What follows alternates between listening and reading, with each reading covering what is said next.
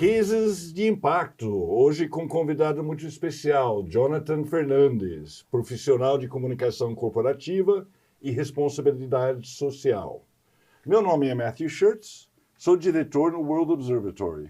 Cases de impacto é uma iniciativa do programa Encontros com o Futuro. É uma realização do World Observatory e da produtora brasileira, com apoio do Pacto Global da ONU, da PwC Brasil e da Prime, braço das Nações Unidas para as Faculdades de Negócios no Brasil e no mundo. Jonathan, muito bem-vindo. Muito obrigado pelo convite, obrigado a todos que estão acompanhando aqui o canal, é um prazer estar aqui. Ô Jonathan, conta para mim o que faz um coordenador de comunicação e responsabilidade social. Nossa, a gente faz bastante coisa, viu, Matheus? Mas, sobretudo, hoje falar um pouco sobre o que a gente está discutindo muito no mercado, que é o social, né? Que é a comunicação assertiva unida à responsabilidade social. Quando a gente fala de responsabilidade social, a gente fala de ações nas empresas para aproximar o nosso público interno. E hoje eu destaco a ICA 8000, que é uma norma internacional de responsabilidade social, que a gente trabalha de forma muito detalhada. A ICA 8000 é uma norma que certifica as empresas no mundo inteiro, uma norma internacional, que traz requisitos de direitos humanos. Né? E ele mede o cumprimento de direitos humanos na empresa, é exatamente, isso? Exatamente. São 9 requisitos. A ICA 8000 surge de um caso que a gente conhece aí no mundo todo, né? Lá na década de 90, o caso da Nike, a gente está falando aqui porque é público, que é aquela questão do trabalho análogo à escravidão. E a partir daí, a ICA 8000 ela toma uma proporção, uma dimensão importante quando a gente fala de público interno, ou seja, o bem-estar do profissional, o bem-estar dessas partes interessadas. Obviamente, a norma ela vai olhar também a comunidade, a cadeia de fornecedores, porque foi o grande problema que a Nike teve ali sobre essa questão, mas o benefício para o profissional, né? Da questão de saúde, de segurança, de bem-estar, de remuneração, de direito a se sindicalizar.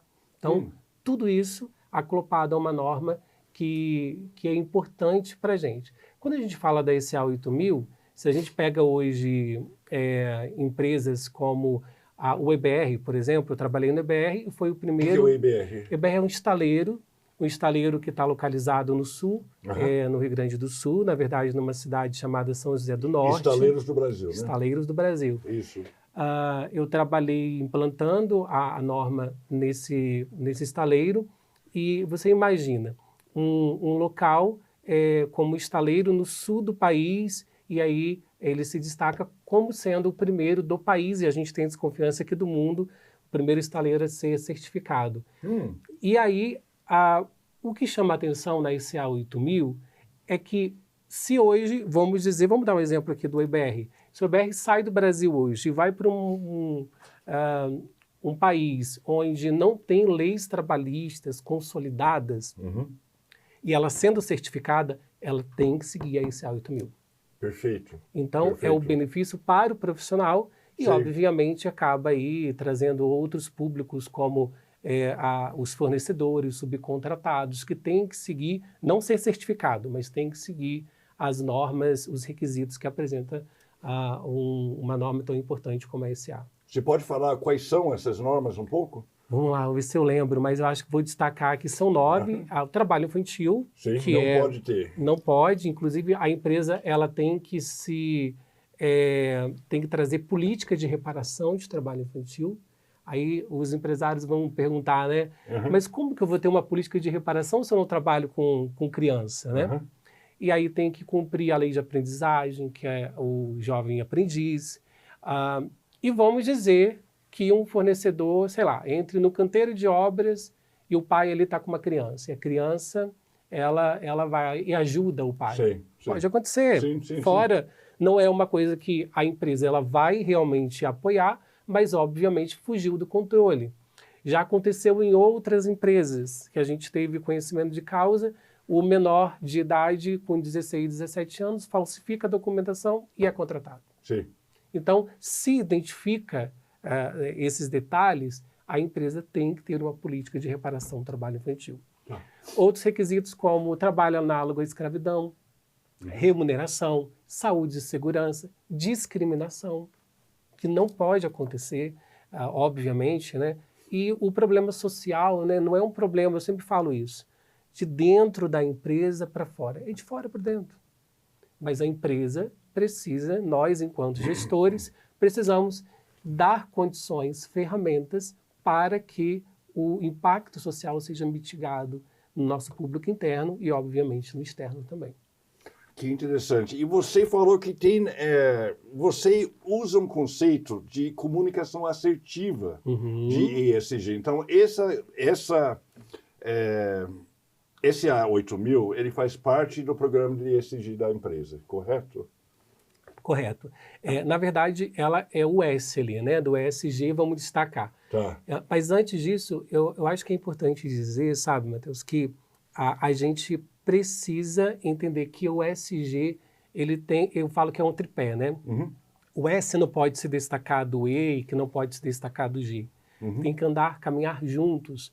Porque se a gente se destaca, por exemplo, um S e a gente esquece da governança, a gente vai falhar no processo. Então, acho que o mais importante que o resultado é o processo. Entender quais são esses parâmetros, claro, olhando para a realidade de cada empresa. Agora, quando a gente fala de comunicação, comunicação é um item do sistema de gestão da ICA 8000. E quando eu destaco a comunicação assertiva, é porque dentro de uma empresa, quando a gente fala do bem-estar do profissional, quando a gente fala do bem-estar do colaborador, a gente precisa ter uma comunicação sem ruídos. E aí a gente vai falar de comunicação ascendente e comunicação descendente. O que seria isso em resumo? Se eu quero, como gestor, comunicar para o meu público interno, eu quero fazer com que a minha comunicação seja eficaz, eu vou utilizar desses canais. Eu vou utilizar do e-mail corporativo, da TV corporativa, do site, da intranet. E o que a estratégia, né, quer falar aqui para o tático e para o operacional? Então, essa comunicação tem que descer de forma que não tenha ruídos. Mas eu tenho a comunicação ascendente, ou seja, uma comunicação da qual o público, a base, vai falar com o estratégico. Eu tenho um clima, uma pesquisa de clima. Isso dentro da empresa. Dentro da empresa, tá. Dentro da empresa. Uma pesquisa de clima, eu tenho uma caixa de sugestão devidamente procedimentada e credibilizada, um canal de ética. Então, ou seja, ferramentas para que a gestão também ouça os seus profissionais. Certo. E quando a gente fala de comunicação assertiva, também a gente fala de perfil de comunicadores. Então, tem o comunicador assertivo, mas também a gente vai encontrar comunicadores agressivos e passivos. Então, é muito importante a gente ter essa clareza de como comunicar conhecendo o público que eu faço parte. Você pode explicar um pouquinho de cada perfil destes para a gente entender? Eu acho que é importante, inclusive. Quando a gente fala do perfil do comunicador, sendo passivo, agressivo ou assertivo, isso é importante para o nosso dia a dia dentro da empresa e até mesmo na nossa vida pessoal. Né? Então, se a gente fala, por exemplo, o passivo, o comunicador passivo é aquele comunicador que ele vai sentir medo de se posicionar. Numa reunião, numa situação de conflito, ele vai sentir insegurança o tempo todo. Vai falar muito baixo, às vezes você nem quase ouve a pessoa. Então esse é o passivo. O agressivo é aquele que vai ganhar no grito, vai ganhar no autoritarismo, nem na autoridade, né? Porque existe uma diferença entre autoritarismo e autoridade. Qual é? Explica pra gente. O autoritarismo é utilizado de uma forma muito negativa, né? Quando a pessoa acha que ela tem poder sobre uma situação e, na verdade, não tem o diálogo. Ela não tem autoridade. Ela não tem autoridade, ela tem o autoritarismo. Sim, né? sim. E aí, o famoso ganhar no grito, né? Exato, você falou. Exato.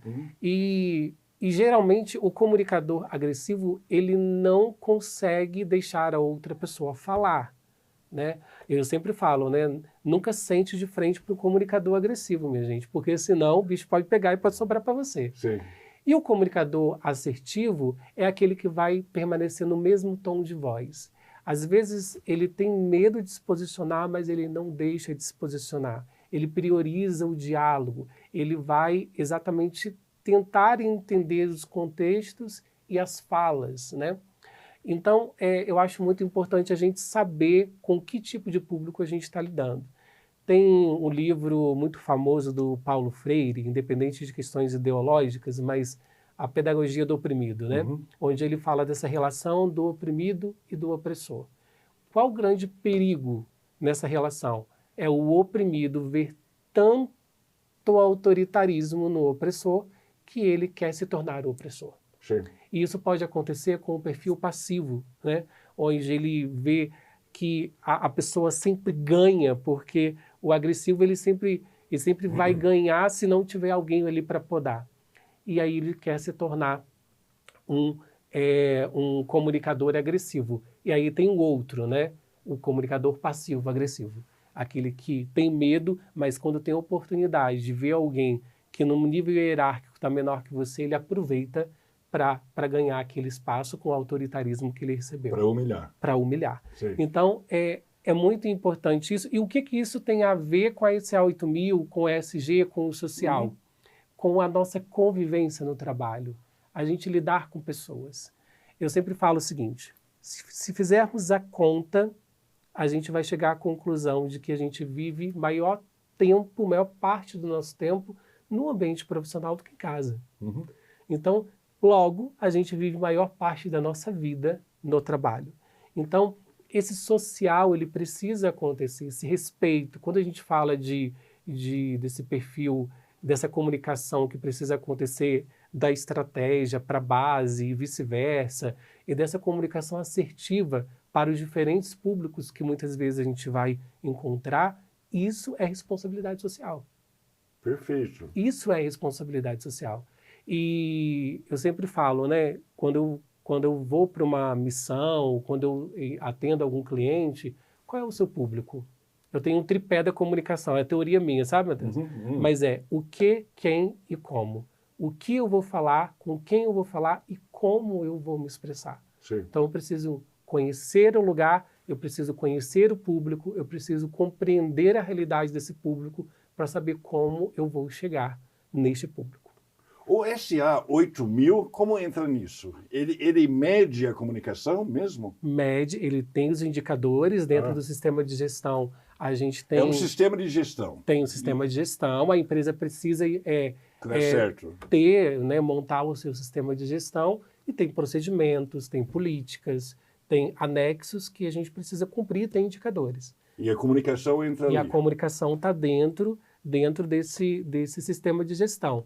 É claro que aqui eu estou aprofundando um pouco mais a questão da comunicação assertiva pelo convívio que a gente precisa ter no ambiente corporativo. Tá. Mas, por exemplo, a ECA 8000 traz a necessidade de uma formação de uma equipe de desempenho social balanceada, representação dos trabalhadores e da alta administração.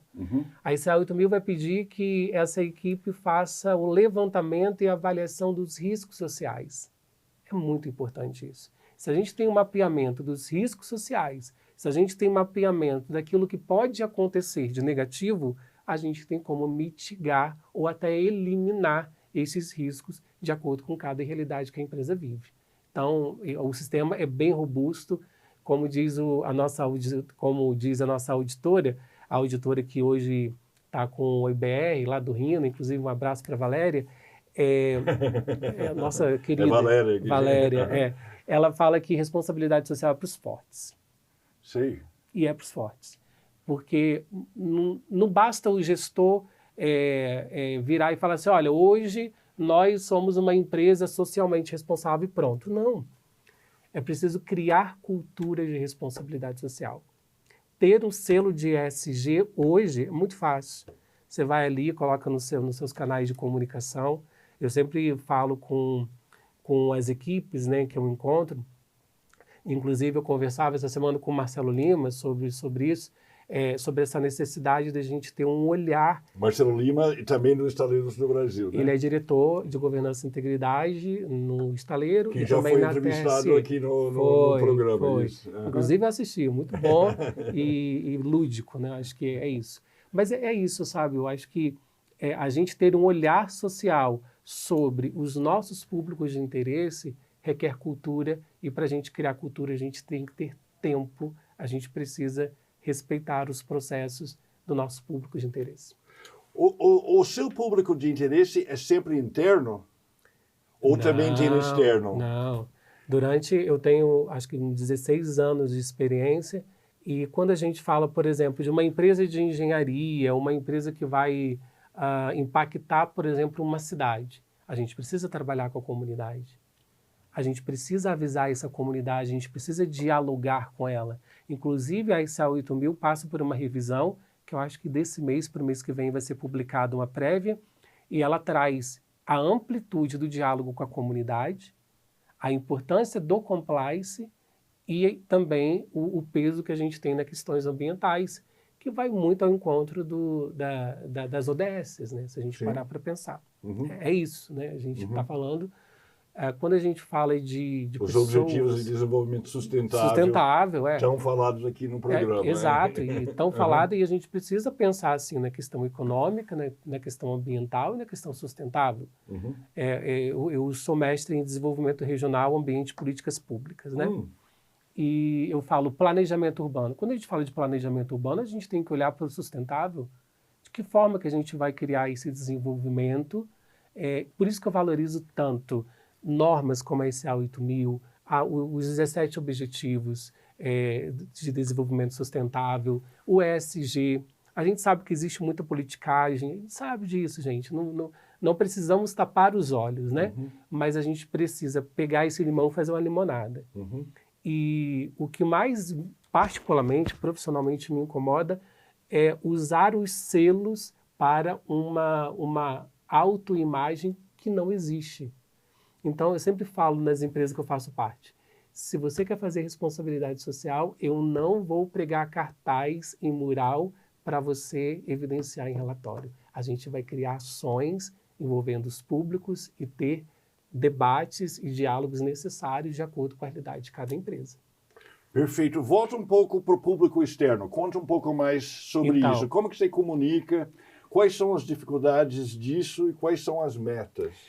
Eu acho a primeira coisa que a gente precisa pensar é no perfil desse público, né? Uhum. Eu já trabalhei em obra no norte do país, já trabalhei em obra no sul do país, já trabalhei em obra no sudeste, enfim.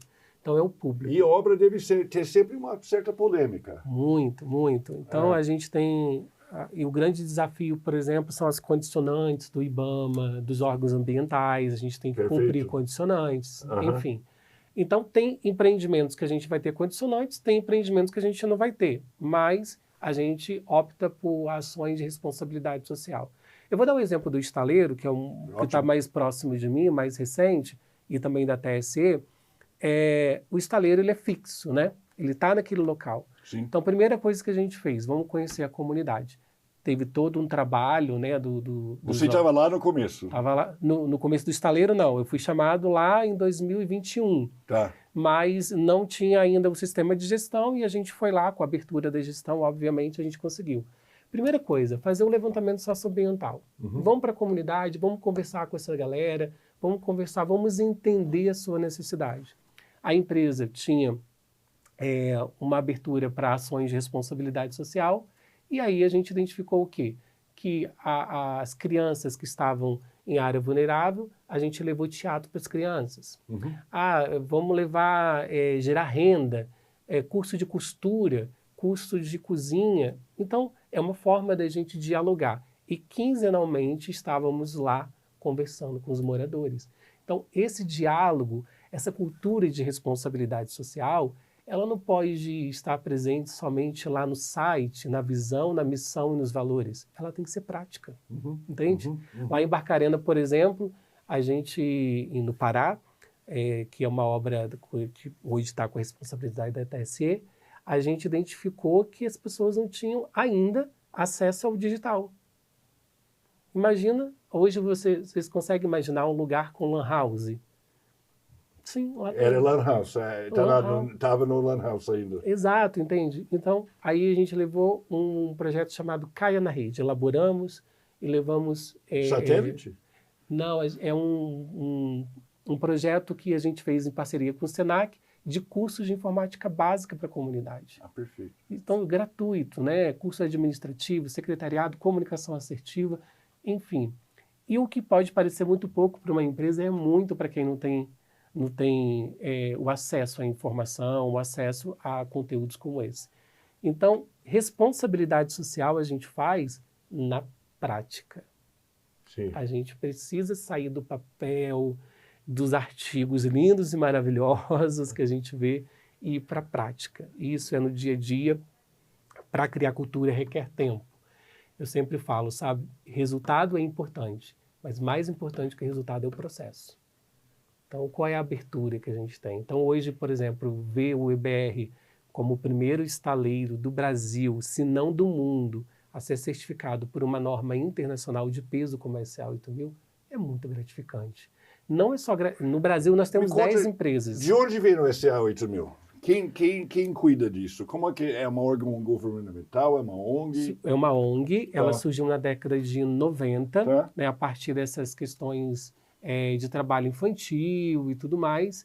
A acreditadora surgiu nos Estados Unidos, a acreditadora é a SAI, e aí começou-se a proliferar isso no mundo inteiro com os requisitos. Obviamente, acho que a primeira versão dela, a primeira revisão foi em 2008 e depois de 2014 está passando por uma revisão agora. Então, uma ONG, né, para falar sobre, sobre responsabilidade social com base em quê?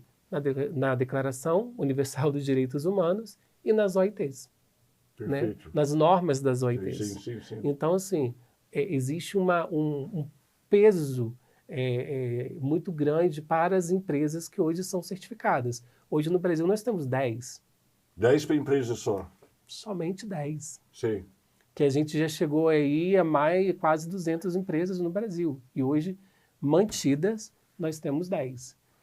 Se não me falha a memória, 10 ou 9, porque uma parece que não mais certificada, mas enfim, hoje nós somos, das 10 empresas, o único estaleiro no Brasil, o único e o primeiro. Perfeito. Né? O EBR, né? O EBR Então, muito interessante, Jonathan, muito obrigado. Imagina, eu que agradeço. Aprendi bastante aqui nessa aula e volte mais vezes quando quiser conversar com a gente novamente. Eu que agradeço a oportunidade e parabéns pelo trabalho. Eu acho que esse assunto, tenho certeza, é importante quando a gente fala de desenvolvimento sustentável. Ainda existe muita fantasia, né? Às vezes, vamos sair do teórico. Isso aqui é prático. Perfeito. Discutir é prático, né? Parabéns. Obrigado pela oportunidade. Eu que agradeço. Obrigado. Muito bom.